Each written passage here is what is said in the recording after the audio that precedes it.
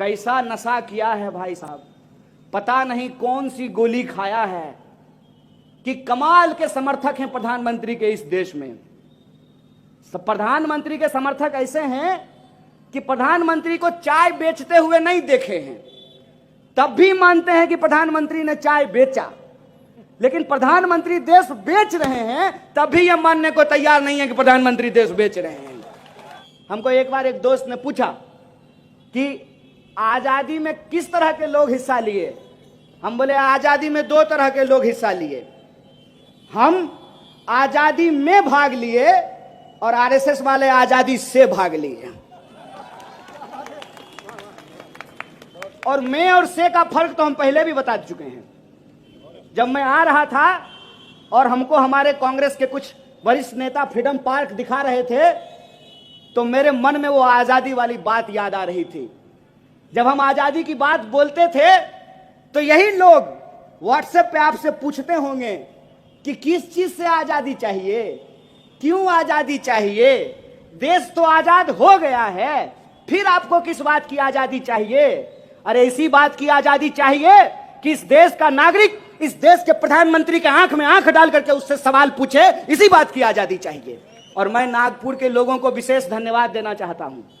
नागपुर के वो नौजवान जिन्होंने एक दिन थाना और मुख्यालय पे जाकर के झंडा फहरा दिया और आज हालत देखिए कि हर कार्यालय पे झंडा फहराया जा रहा है। आप लोग विशेष धन्यवाद के पात्र हैं जो कहते थे 3 तिगारा काम बिगाड़ा, तिरंगा झंडा नहीं कहते थे मानेंगे, कहते थे ये जो 3 रंग होता है हमारी मान्यता के हिसाब से अशुभ होता था।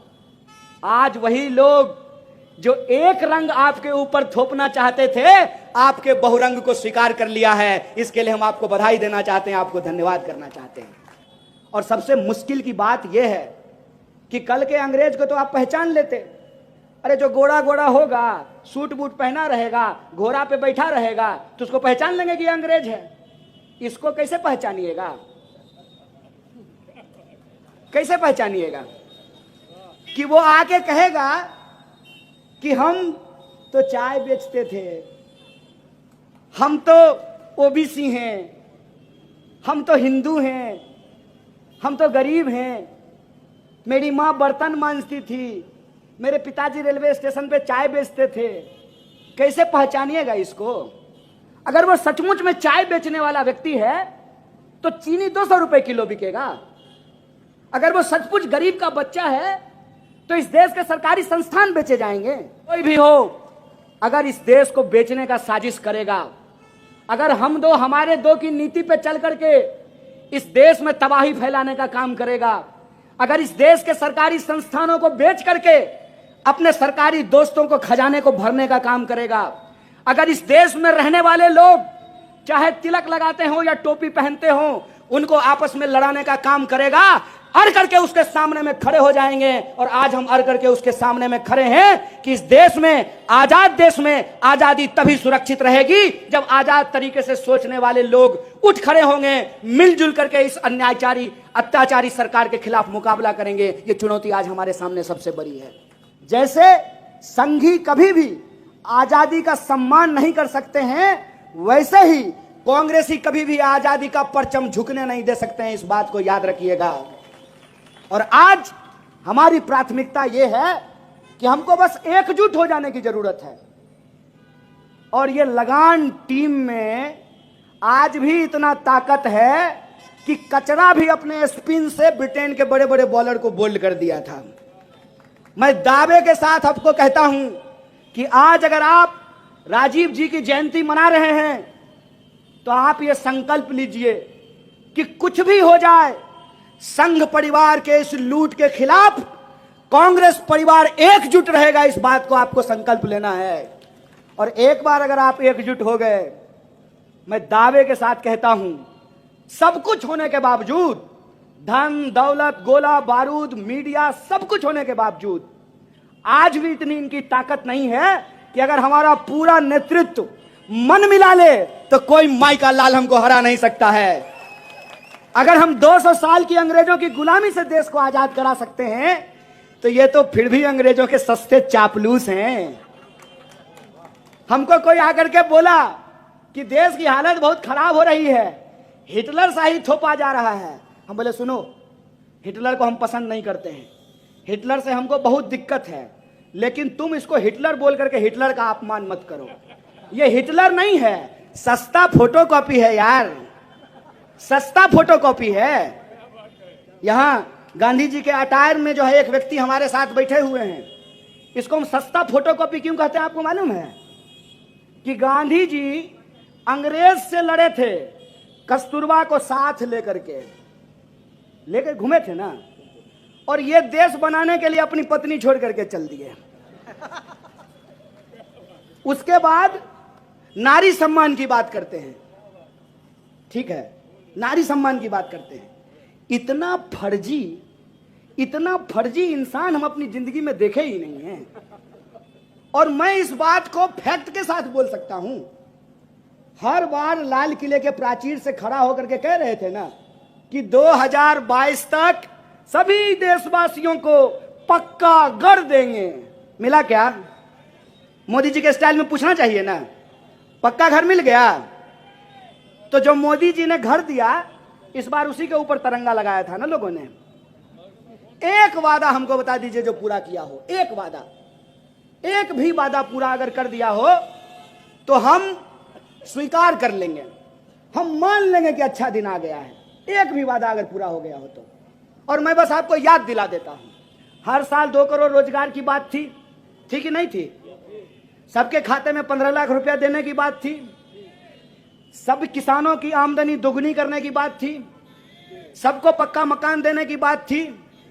एक भी चीज हुआ है? हो क्या रहा है? दुष्यंत कुमार कहते हैं कि कहां तो तय था चिरागा हर एक घर के लिए, कहां चिराग मयस्सर नहीं शहर के लिए। लोग मांग रहे थे सरकारी नौकरी, इन्होंने नया प्रबंध कर दिया कि ना रहेगा सरकारी संस्थान, ना देनी पड़ेगी सरकारी नौकरी, ना रहेगा बांस ना बजेगी बांसुरी, ना रहेगा सरकारी संस्थान ना देनी पड़ेगी सरकारी नौकरी। एक एक करके सरकारी संस्थान बेचे जा रहे हैं, और जो सरकारी संस्थान बचे हुए हैं वहां पर सबको अग्निवीर बनाने का प्रयास किया जा रहा है। अभी तो गडकरी जी सबसे ताजा ताजा अग्निवीर बने हैं, नहीं अभी बहुत लोगों को बनना है।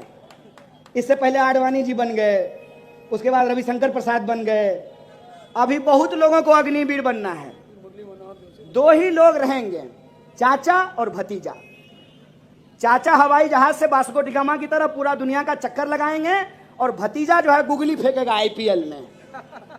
और चाचा फिर मंच पे जाकर के भाषण देंगे कि परिवारवाद देश की सबसे बड़ी समस्या है। अमित शाह जब बोलता है कि परिवारवाद देश की सबसे बड़ी समस्या है, तो मेरे मन में आता है कि जय शाह को वो रेलवे प्लेटफॉर्म से उठा करके लाया है, उसी का बेटा है ना। कोई शक है? जय शाह किसका बेटा है? अमित शाह का ना। तो बीसीसीआई सेक्रेटरी परीक्षा दे करके बना है? कंपटीशन दिया था क्या? एसएससी का एग्जाम, यूपीएससी लिखा था? कैसे बन गया? वो परिवारवाद नहीं है, बेईमानी, नकली चाणक्य। हम बिहार से हैं, असली चाणक्य वहां पैदा हुए थे। देखे बिहार में क्या हुआ? देखे महाराष्ट्र का बदला नितिन साहब हम लोग एकदम भिजा के ले लिए हैं। चाणक्य वो परिवारवाद नहीं है। अनुराग ठाकुर यूपीएससी किया था, उसका बाप नेता नहीं है। और ये जो कर्नाटक का मुख्यमंत्री है, उसका बाप नेता नहीं था। अब पीयूष गोयल, उसका बाप नेता नहीं था। बेईमानी। राजनाथ सिंह का बेटा एमएलए नहीं है। तो भाजपा का परिवारवाद नहीं है। और कांग्रेस के 2 प्रधानमंत्री ने अपनी जान दे दी, तो आप हमको परिवारवादी बोल रहे हैं? 2 प्रधानमंत्री ने अपनी जान गंवाई है इस देश के लिए, उसको आप परिवारवाद बोल रहे हैं। और अपने बेटा को बीसीसीआई का सेक्रेटरी बना रहे हैं। यह परिवारवाद नहीं है, यह बेईमानी है। मैं कांग्रेस के एक एक कार्यकर्ताओं को कहता हूं, इन बेईमानों के सामने झुकिए मत, इन झूठों के सामने रुकिए मत। अगर ये टोके तो इसको पलट करके सवाल पूछिए। सवाल पूछिए इस बात का। जब हम दंगा की बात करते हैं तो हमको 84 याद दिलाते हैं। देश के प्रधानमंत्री डॉक्टर मनमोहन सिंह 84 में जो हुआ उसके लिए देश की संसद में खड़ा होकर के देश के सिखों से माफी मांगा। है हिम्मत? मांगेंगे नरेंद्र मोदी 2002 के लिए देश के मुसलमानों से माफी? ये सवाल मैं पूछना चाहता हूं। अगर हमसे कोई गलती हुई है तो ये देश हमारा है, इस देश से हम हाथ जोड़ करके माफी मांगने के लिए तैयार हैं। मांगेंगे माफी कि प्रधानमंत्री जब नारी सम्मान की बात कर रहे थे, बलात्कारियों को संस्कारी बताया जा रहा था, मांगेंगे इस बात के लिए माफी। मांगेंगे इस बात के लिए माफी कि आज एक एक चीज पे भाजपा पूरी तरीके से एक्सपोज हो चुकी है, एक एक चीज पे। अरे आप हमको हरा दिए साहब, 15 साल से नागपुर में हम नहीं हैं। पूछिए अपने नागपुर के बासिंदों से कि बन गई सड़क, हो गया सारे समस्या का समाधान, हो गए आपके सारे तकलीफ दूर। आपने कांग्रेस को अपने दिल से दूर किया। याद रखिएगा, अपना अपना होता है, अपना अपना होता है। कांग्रेस इस देश की पार्टी नहीं है, इस देश का इतिहास है, वर्तमान है, भविष्य है। इस बात को याद रखिएगा, क्योंकि इस देश में जो हमको जिम्मेवारी दी है, उस जिम्मेवारी को निभाते हुए हमने कुछ सही किया, कुछ गलत किया, इस बात को हम स्वीकार करते हैं। लेकिन हमको गाली दे के, हमको बदनाम करके, हमारे बारे में झूठ बोल करके आपने जिनको अपना आशीर्वाद दिया वो तो देश ही नहीं रहने देंगे। इस बात को याद रखिएगा। आज जिस तरीके से एक एक चीज का कत्लेआम किया जा रहा है, वो अपने आप में एक बहुत बड़ा प्रश्न चिन्ह खड़ा करता है। मीडिया के लोग यहां बैठे हुए हैं, सवाल पूछते थे ना मनमोहन सिंह से? नहीं पूछते थे। हवाई जहाज में बैठ करके प्रेस कॉन्फ्रेंस करते थे। सवाल आप हवाई जहाज में बैठ करके प्रधानमंत्री से पूछते थे, जो मन होता था वो करते थे। जब इंदिरा जी ने आपातकाल लगाया था तो पत्रकारों ने उसके विरोध में संपादकीय पेज को खाली छोड़ दिया था। है हिम्मत? आज पूछिएगा सवाल पूछिएगा ना तो आपके भी दफ्तर पर ईडी का रेड होगा। इस बात को याद रखिएगा। सवाल पूछिएगा ना तो आपका भी फोटो, मूरी आपका लगा देगा और देह किसी और का लगा देगा, सर आपका और तन किसी और का, आपको भी बदनाम किया जाएगा, आपको भी धमकी भरे पत्र लिखे जाएंगे, आपके भी परिवार के लोगों को परेशान किया जाएगा, आपको भी सोशल मीडिया पे गालियां निकाली जाएगी। और प्रधानमंत्री ने आज तक एक भी प्रेस कॉन्फ्रेंस किया है? कहते थे मनमोहन सिंह मौन मोहन सिंह हैं, यही बोलते थे ना। और ये हर दिन जो रेडियो पे जाकर के मन की बात करते हैं, पत्रकारों से आकर के देश की बात क्यों नहीं करते हैं? ये सवाल इनसे पूछना चाहिए कि नहीं पूछना चाहिए? है हिम्मत? करेंगे प्रेस कॉन्फ्रेंस। किसको देते हैं बाइट? अक्षय कुमार को। और अक्षय कुमार क्या पूछता है?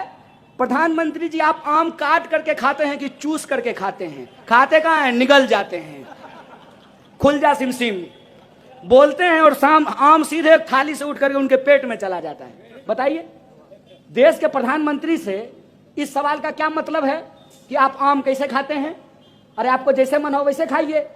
आप इस सवाल का जवाब दीजिए ना कि आरबीआई कह रही है कि अगर बैंकों को इसी तरह से निजीकरण किया गया तो देश को इसके परिणाम खतरनाक भुगतने पड़ेंगे। आरबीआई अपना रिपोर्ट जारी कर दी, फिर सरकार का दबाव आया और आरबीआई ने अपना रिपोर्ट वापस ले लिया। इसीलिए आज हमारे कांग्रेस पार्टी के नेता ने कहा कि आरबीआई का मतलब पहले होता था रिजर्व बैंक ऑफ इंडिया, अब हो गया है रिवर्स बैंक ऑफ इंडिया। और जो लोग विरोध करते हैं उनको पद से हटा दिया जाता है। आरबीआई ने कहा कि नोटबंदी का फैसला हमारा नहीं था। आरबीआई ने कहा कि नोटबंदी अगर होगी तो अर्थव्यवस्था को इसको गंभीर परिणाम भुगतने पड़ेंगे। और तब रात को आए अचानक से और कहा कि आज से 500 और 1000 का नोट बंद हो गया। दावे क्या किए गए कि इससे आतंकवाद की घटना रुक जाएगी, नक्सलवाद की घटना रुक जाएगी, काला धन वापस आ जाएगा। तो पहला सवाल कि नोटबंदी हो गई, आतंकवाद की घटना रुक जानी चाहिए थी, तो पुलवामा करने के लिए इनका चचा लोग आया था। कौन था? देश में नक्सलवाद की घटना कैसे हो रही है, और काला धन अगर वापस आ गया है तो आपके खाते में 15 लाख रुपया पहुंच जाना चाहिए था ना। ये बोले कि काला धन स्विस बैंक में जमा है, काला धन स्विस बैंक में जमा है और लाइन लग गया है एसबीआई के बाहर, स्टेट बैंक ऑफ इंडिया के बाहर। नोटबंदी के दौरान सैकड़ों लोगों की जान चली गई। जो छोटे छोटे व्यापारी हैं, जो नगद का धंधा करते हैं, उनका धंधा तबाह हो गया। उसके बाद जीएसटी लेकर के आए, क्या बोल करके कि 1 नेशन 1 टैक्स होगा। सुनने में कितना बढ़िया लगता है, 1 नेशन 1 टैक्स होगा। अगर 1 नेशन 1 टैक्स है तो महाराष्ट्र में डीजल का अलग दाम और बिहार में डीजल का अलग दाम क्यों है कि नहीं है? क्यों अलग अलग दाम है? तब कहते हैं कि कच्चे तेल की कीमत बढ़ गई है, इसीलिए पेट्रोल और डीजल महंगा हो गया है। तो अभी कच्चे तेल की कीमत घट गई है तो पेट्रोल और डीजल सस्ता हुआ है क्या? जब कच्चे तेल की कीमत घटती है तब यह कीमत नहीं घटाते हैं, लेकिन कच्चे तेल की कीमत अगर बढ़ गई है तो उसके आधार पर यह महंगाई को डिफेंड करते हैं।